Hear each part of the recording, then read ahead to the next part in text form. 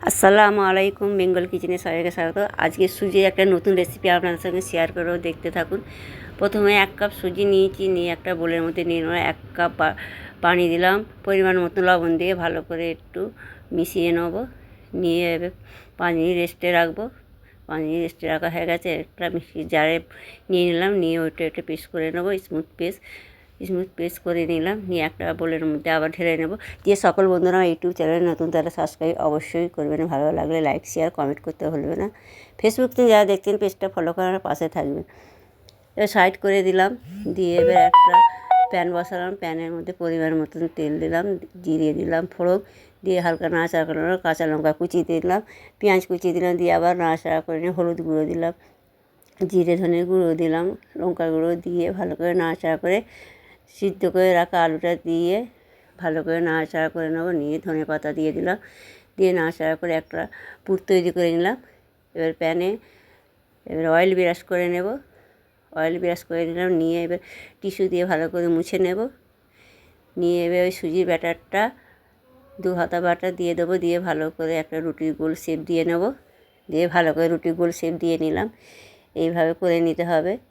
এইভাবে ইউনিক একটা রাস্তার রেসিপি আপনারা এইভাবে ট্রাই করে দেবেন, আপনাদের ভালো লাগবে অবশ্যই, বাচ্চাদেরও ভালো লাগবে। এই আলুর পুর দিয়ে একটু টমেটো সস দিয়ে দেবো, দিয়ে দেখবেন বাচ্চা বড় সবাইকে ভালো লাগবে খেতেও অসাধারণ হয়েছে। কি বলবো, আপনারা একবার হলেও ট্রাই করে দেখবেন, খেতে অসাধারণ হবে। এবার এইভাবে উল্টে নেব, রোলের মতন করে উল্টে নিলাম। নিয়ে তৈরি হয়ে গেছে, উঠিয়ে নেব। আবার একটা করে দেখাচ্ছি, অয়েল ব্রাশ করে নিলাম, নিয়ে আবার টিস্যু দিয়ে মুছে নিতে হবে। এইভাবে বানিয়ে নিতে হবে।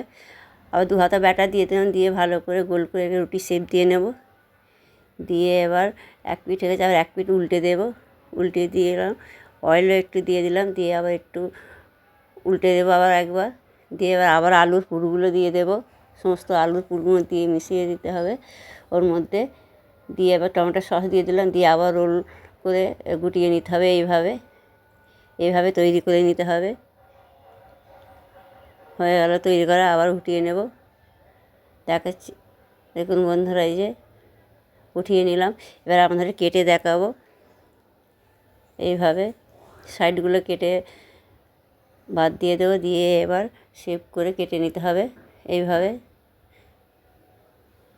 কেটে নিয়ে সমস্ত রোলটা এইভাবে কেটে নিতে হবে। দেখুন বন্ধুরা কতটা সুন্দর হয়েছে, দেখতেও কত লোভনীয় হয়েছে। আপনারা একবার হলেও ট্রাই করে দেখবেন, খেতেও তো অসাধারণ হয়েছে, বলে বোঝাতে পারবো না। আপনারা ট্রাই করে দেখলেই বুঝতে পারবেন। কি বললো, এতে আপনাদের পরিবেশন করছে, দেখতে দেখুন। আপনারা ভালো থাকবেন, সুস্থ থাকবেন। আল্লাহ হাফেজ।